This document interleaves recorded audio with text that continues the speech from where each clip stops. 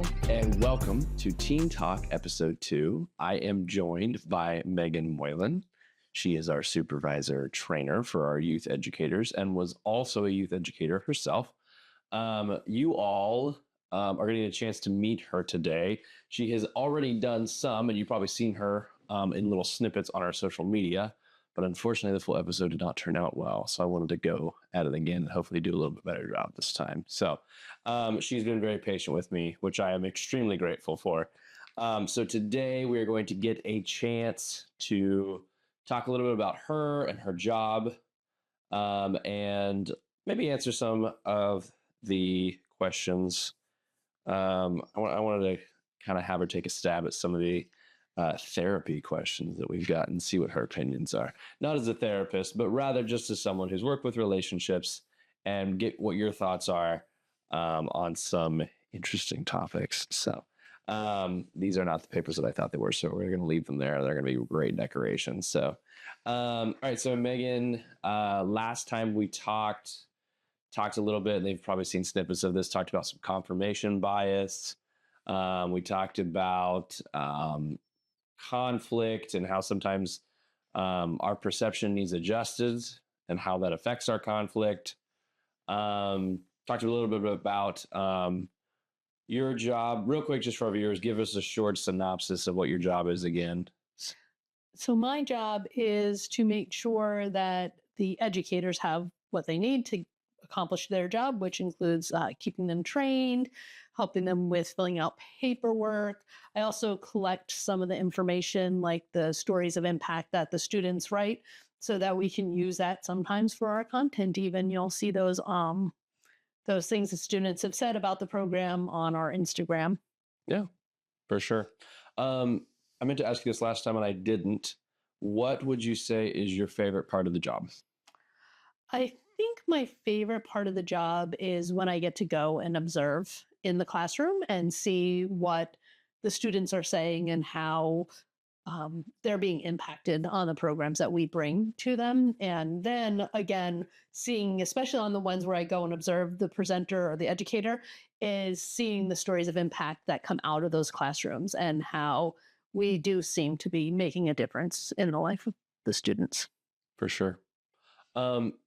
Mentioning, or I should say on the topic of stories of impact, what is a memorable story of impact that you, like, off the top of your head? Do you have any that kind of stick out to you? So this one is from when I was still an educator, and we all tell kind of, personal stories, either our personal stories or personal stories of people that we know. And I have a family member who had a pretty rough go of the first part of their life. And I had told their story and how that story played out. And in the end, one of the students said something along the lines of how this person's child was able to forgive them, even after everything that they had been through as a kid, that often may have felt abandoned or in a bad place because of the relationship between their parents, and that child was able to forgive their parent. And I thought that was like potentially super healing for that kid. Yeah, that's great. Well, sometimes all we need is just that little bit of a push to, I'm reminded of that even in my own life, that sometimes I know I need something, and I know that it would be easier if I were to let something go, or, whatever, but you just lack that motivation. Sometimes it helps just to hear an outside party say, hey, have you considered? Right. Yeah. So yeah, awesome. Well, let's see what some of these questions are. I have one here. Are you familiar with the love languages? I'm assuming you are. Yes. Okay. So, well, first of all, what is your love language, if you don't mind sharing? What do you tend to appreciate more? I have no idea. No idea? Hey, that's fine. That's fine. I am more of I find too, and this is something that maybe some of our viewers have experienced, it changes over the course of our life. They always tell you too that some of your personality test results will change over the course of your life too. And I definitely think that's true for me, but I've definitely found I started out as a gifts person, which I mean, I think to a certain extent, all kids start out as a gift. Yay, presents. But I found that as I've gotten older, I've started to see acts of service as gifts and offerings. And so I've started to really lean more towards acts of service. I can tell because I'm most frustrated when things aren't done around the house. Mm. So, um, okay. So if you're not familiar, so you're familiar with love languages, you just don't know what yours are. So let me ask you this. Do you think that your love language could affect, how does the question is, sorry, how does your love language affect your giving and receiving of love? That is a good question. These are like grown-up questions, Blake. Yeah. She's like, Why hold are on you now. doing this to me? Yeah, I do think because if you're that it can kind of back to that like perception thing, right? That we talked about the last time, in that somebody may think that they're showing you love, but if that's not the way you receive love, then you may not feel like you're being loved by that person. Especially like even more towards like the gift giving. Like you just said that you see now as an adult, you see an act of service as a gift, but some people may not. There was one time I received as a gift a drill, like a little like easy drill, like not a big one, like one that I could just use for putting together little things like furniture or, putting up curtains, like not the big honking drill because we already had one of those. So just something that was smaller that I could keep in my drawer that my kids aren't allowed to touch, and a staple gun. And somebody in the comments was like, that's not a gift that you get your wife for. I don't even remember if it was my birthday or if it was Mother's Day. I don't know what gift giving occasion it was, but to me, that was a gift because it was something I really wanted and I wouldn't buy for myself. For me, even a new vacuum, if I have a perfectly functioning vacuum and you buy me a new fancy vacuum that's better than the one I own, I'm going to be excited about that. But it was kind of that idea, like some people may not see something as a gift or something as an act of love or showing love because of how they look at the world, but for me that's totally acceptable. I'm like, oh, this is sweet, I really like this. It may have been my anniversary. Anyways, what gift giving occasion, it doesn't matter, but it's just that idea that what some people see as a gift or as an act of love is different than what other people will, and if it's not in your love language, then you may feel like you're not being cared for even if the other person is. Yeah. I think too, there's a matter of, and this comes with time, and I feel like with development of maturity in a relationship, even if your husband had gotten you an anniversary gift that you didn't really appreciate, you still see his heart behind it because of, you're married, Right. all of that. And I think there's a level of that too, where sometimes we get caught up in what the gift is rather than the spirit in which it was given. I know I've received many gifts over the years, especially around the holidays, and I'm like, okay, thanks. But I know that the person offering it or giving it, one may, in some cases, and this is something that I found with my wife, her family is not a gifts family. They're wonderful gift givers and they're great, but they don't ascribe a lot of value to that part of the holidays versus growing up in my family, we did. And so there's a level where they may not be as fun gift givers. They might be more practical gift givers, but honestly, I've learned to appreciate that.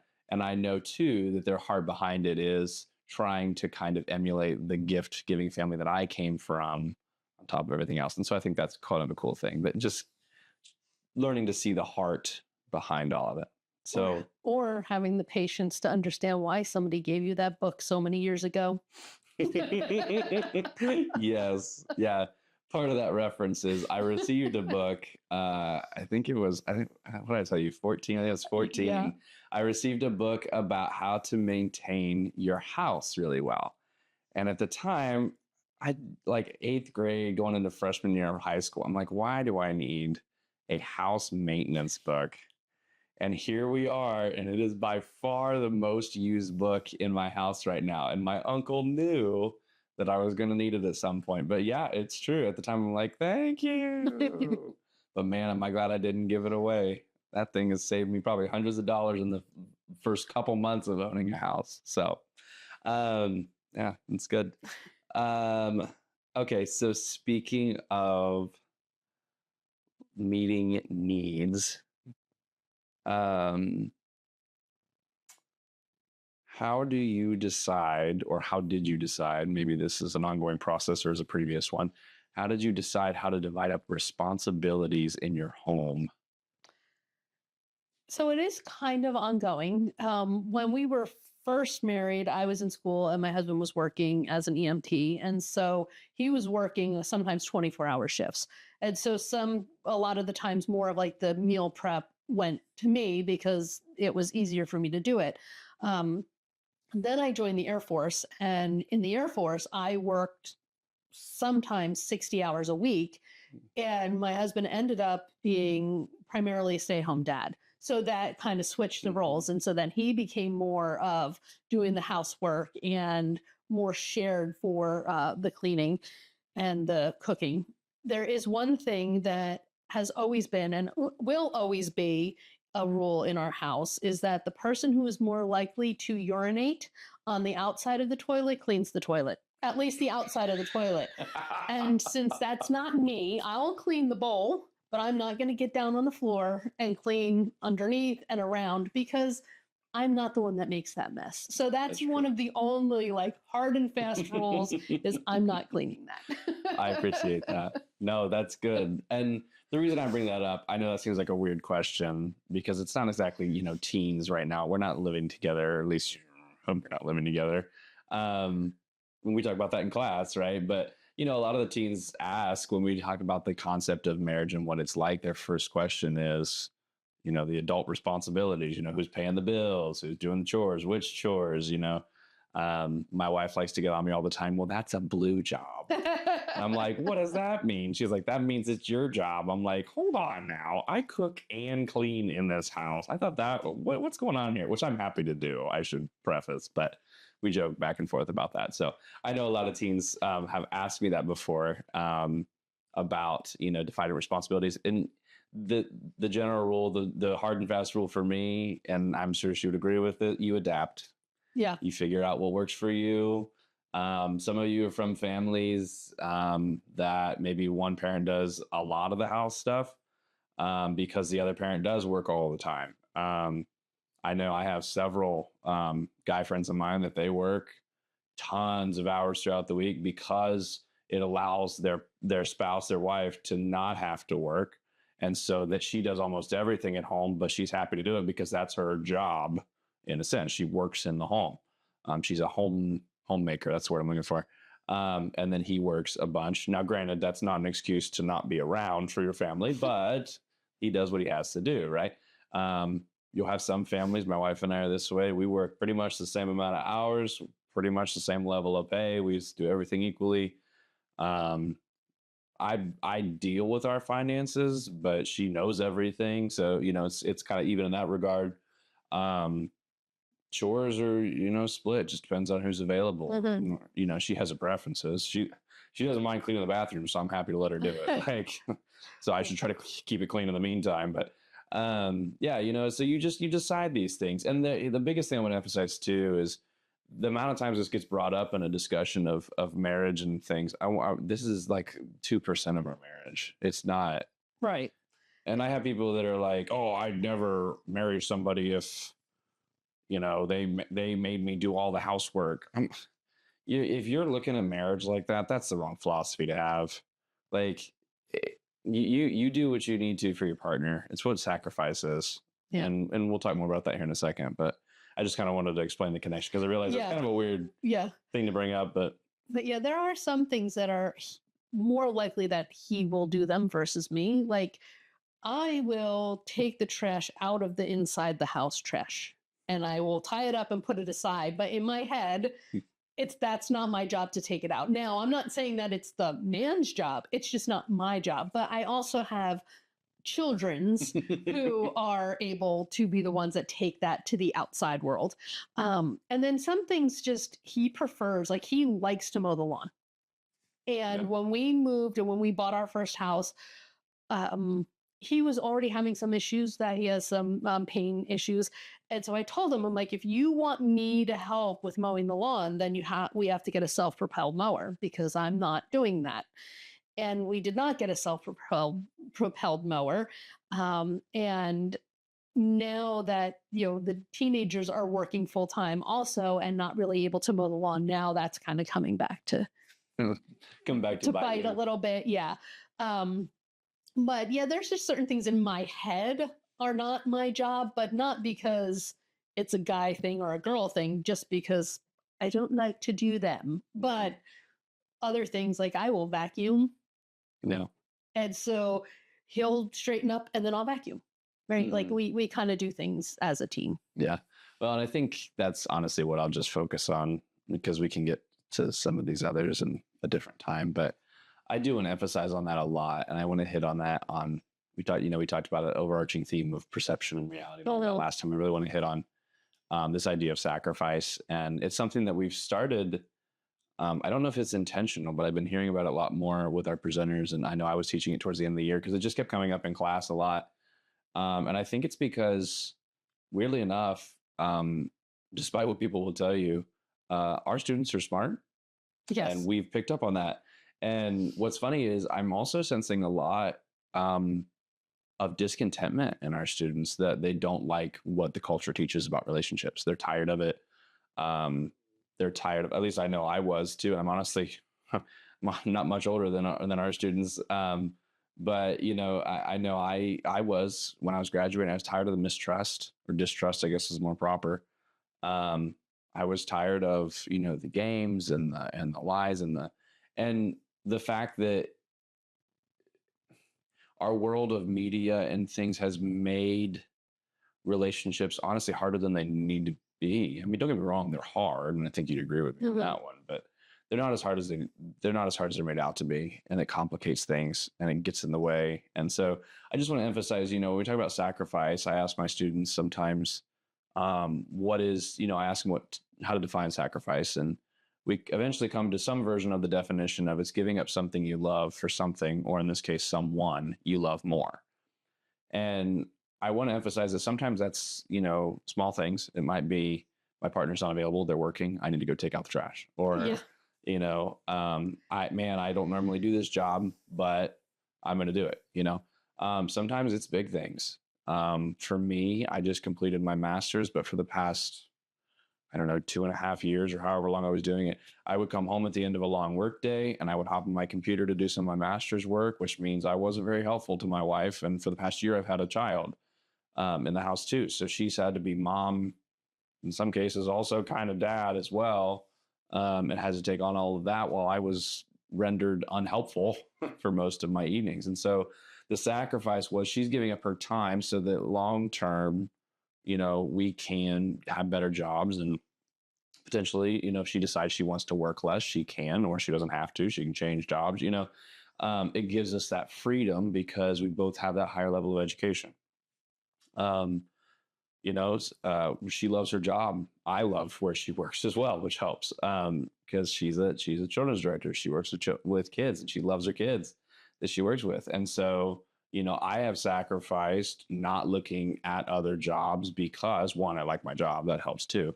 But also knowing that me doing so could potentially cause us to need to move. And I don't want to pull her away from a job that she loves and also that I love as well.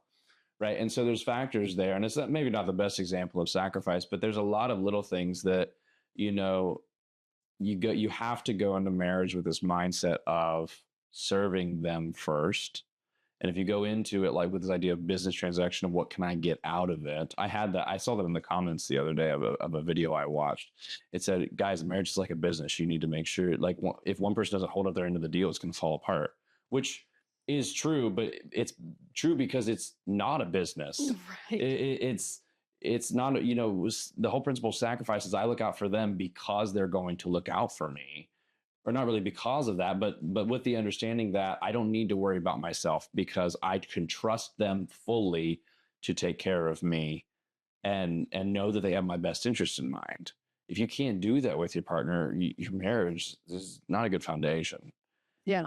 And unfortunately, we've grown too used to trust is a hard thing to come by Hmm. nowadays. Yeah. And If you're going into any relationship, whether it's, you're at that stage of getting ready to get married, or you're even in the beginning parts of a dating relationship, and your idea is what's in it for me, and it's transactional, then that's not going to be a healthy relationship. And unfortunately, I think that a lot of people learn that Mhm. from the relationships around them, even with their parents. That's supposed to be like the number one unconditional love. I will sometimes jokingly say, "What's in it for me?" to my kids. If they're asking me at 9 o'clock at night to go and take them to the store to buy something that they forgot that they need for school the next day, I'll be like, "Okay, well, what's in it for me?" They know that I'm going to take them regardless. And so a lot of times their answer will be, "Well, you get to spend more time with me." And I'm like, "Okay, let's go," because they know that it's not a serious question. Mm, But I do believe that there are parents out there that's what it is. Like, and then maybe that even stems from the relationship with their spouse, that mhm. that whole like that transactional love. But genuine real love shouldn't be transactional. You should be doing things kind of like you said, maybe sacrifice or out of service, like that this is the person that I love and I want to do these things for them. For sure. For sure. So, well, that is all the time that we have for today. We are very grateful for you joining us on this episode of Teen Talk. Thank you to Megan for joining me and putting up with my shenanigans once again. So, with that, we leave you. This has been episode 2. We'll see you next time.